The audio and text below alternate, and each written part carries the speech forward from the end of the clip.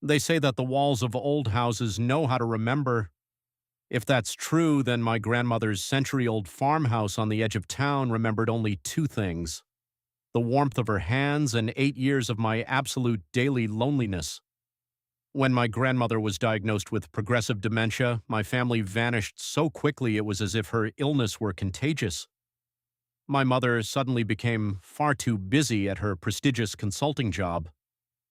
My older sister, Ashley, declared that her fragile emotional state couldn't handle witnessing the realities of aging and decline.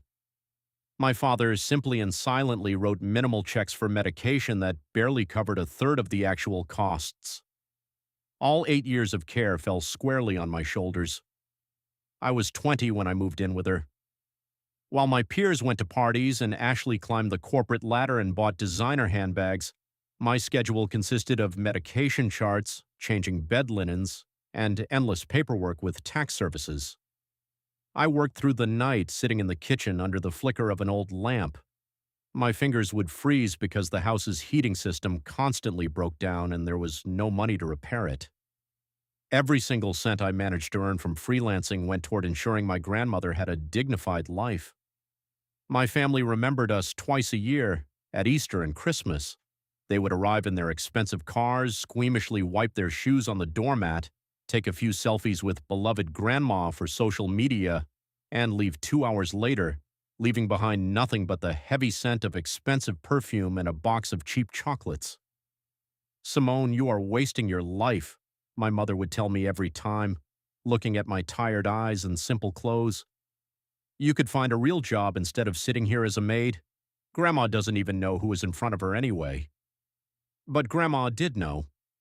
In her rare moments of clarity, when the fog in her mind temporarily lifted, she would squeeze my palm with her dry, trembling fingers and whisper, "Thank you, my little bird. This house is all I have left. This is where my soul was born, and I want it to stay safe. Promise me you won't let them destroy it." I promised, and I kept that promise every single day, right up until that rainy autumn night when my grandmother's heart finally stopped. At the funeral, my mother and Ashley cried the loudest. They even hired a professional photographer for the mourning procession. Yet, just 3 days after the burial, I received a message in the family group chat from my mother. "Simone, vacate the house by the end of the month. We are putting it up for sale. The land value there has skyrocketed. It's time to cash out." When I called my mother, trying to explain that this house shouldn't be sold, that it was our family history, she only replied coldly, "History doesn't pay the bills, Simone. You know nothing about business. Besides, legally, the house belongs to your father and me based on documents from 30 years ago. You were never in the will, and you never will be. Deal with it." Ashley chipped in her 2 cents, texting that I was just jealous because I didn't own a place of my own and was trying to scam my way into free square footage.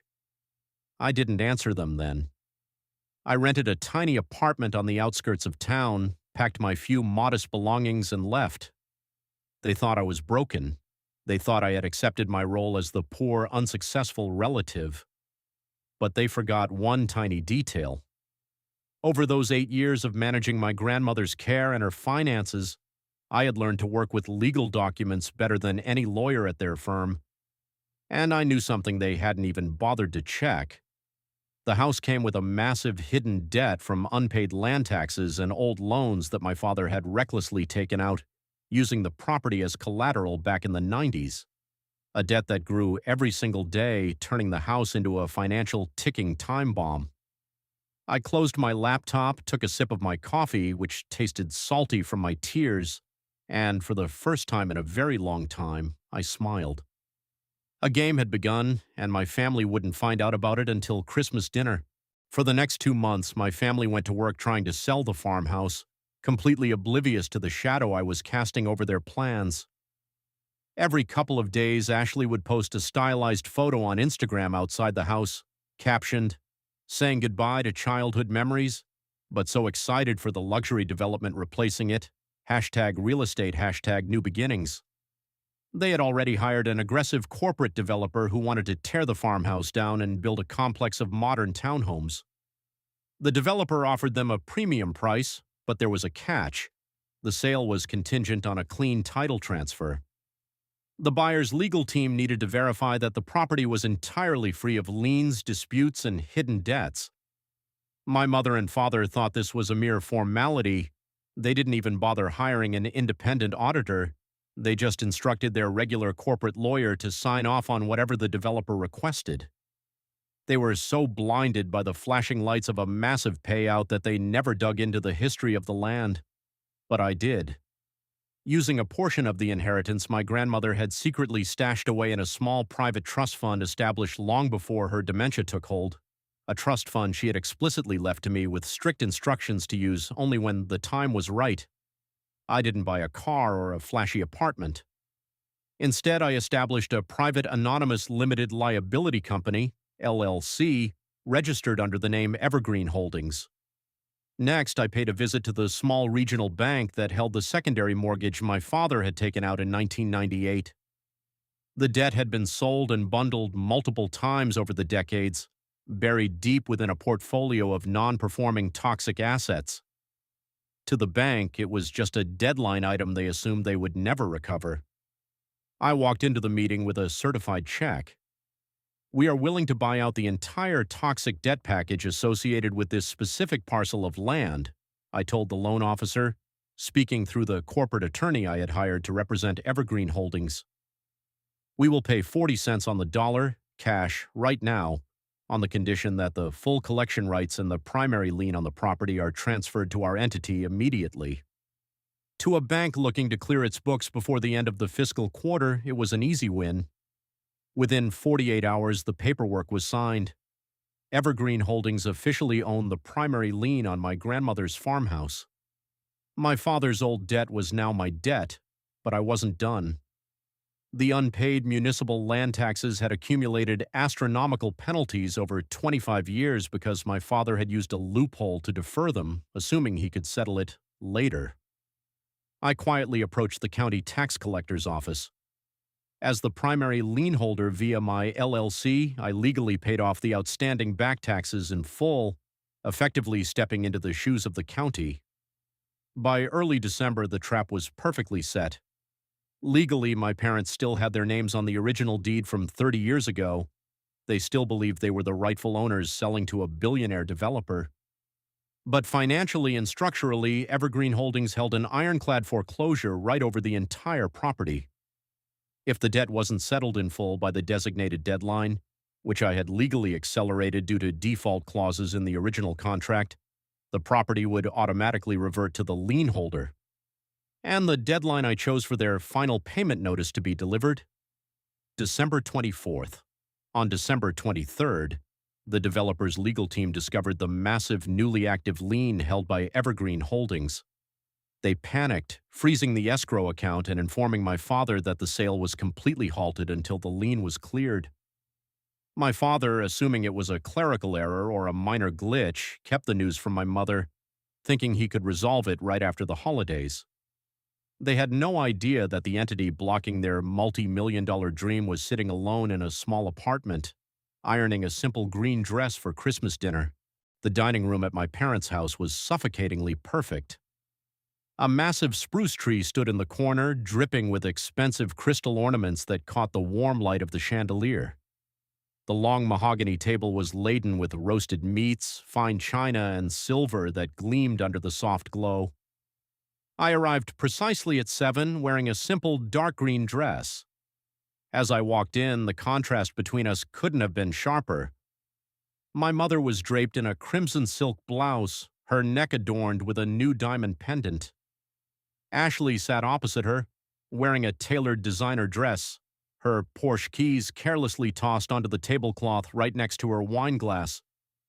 For the first hour, I was a ghost at the table. They passed the food past me, barely acknowledging my presence except to make passive-aggressive remarks. "It's a shame you couldn't secure that full-time position at the agency, Simone," my mother remarked, taking a delicate bite of her dinner. "But I suppose not everyone is cut out for the fast-paced corporate world. You always did prefer a slower speed." "She's just used to farmhouse living, Mom," Ashley chimed in with a sharp, mocking laugh. Though, to be fair, that old place was practically falling apart anyway. It's a miracle it stood long enough for us to cash in. I didn't answer. I just took a slow forkful of my dinner and watched them. I watched the absolute certainty in their eyes. They truly believed they had won. They truly believed they had pushed me out, taken the only thing I cared about, and left me with nothing. Then, just as the dessert was being brought out, my mother picked up her crystal glass, her eyes locked onto mine. A cruel, triumphant smirk spread across her face. "Well, family, a toast is in order," she announced, raising her glass high. "We received the final contract terms yesterday. We finally sold Grandma's house. A luxury developer is taking it over, and the first wire transfer hits our account next week." She turned her smirk directly to me, her voice dropping to a condescending purr. "I know you wanted to keep it, Simone, but business is business. And as we told you, you were never in the will anyway. You'd only waste the potential of that land." Ashley chuckled, raising her glass to join the toast.